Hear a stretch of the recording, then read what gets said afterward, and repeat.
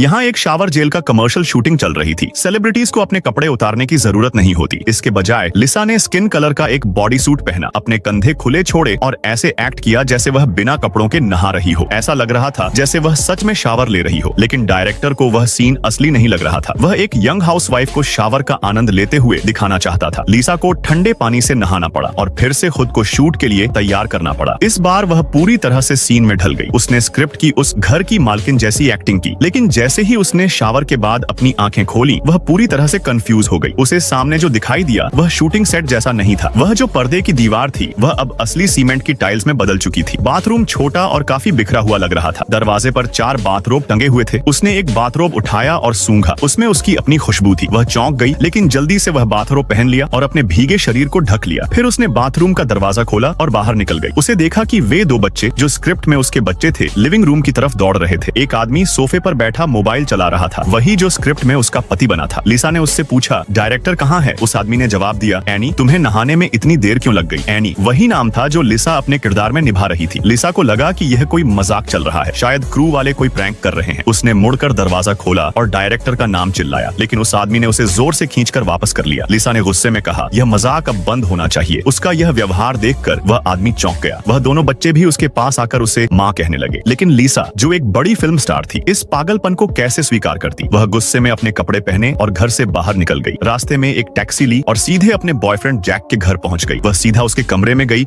और थक कर सोफे पर लेट गई। लेकिन जैक ने उसे देखकर कहा कि वो उसे नहीं जानता। उसने धमकी दी कि अगर लिसा तुरंत नहीं गई तो वह पुलिस को बुला लेगा। इसके बाद उसने लिसा को जबरदस्ती घर से बाहर निकाल दिया। लिसा को बहुत गुस्सा आ रहा था। तभी अचानक जैक के कमरे से उसकी सबसे करीबी दोस्त नाइटी में बाहर आ गई।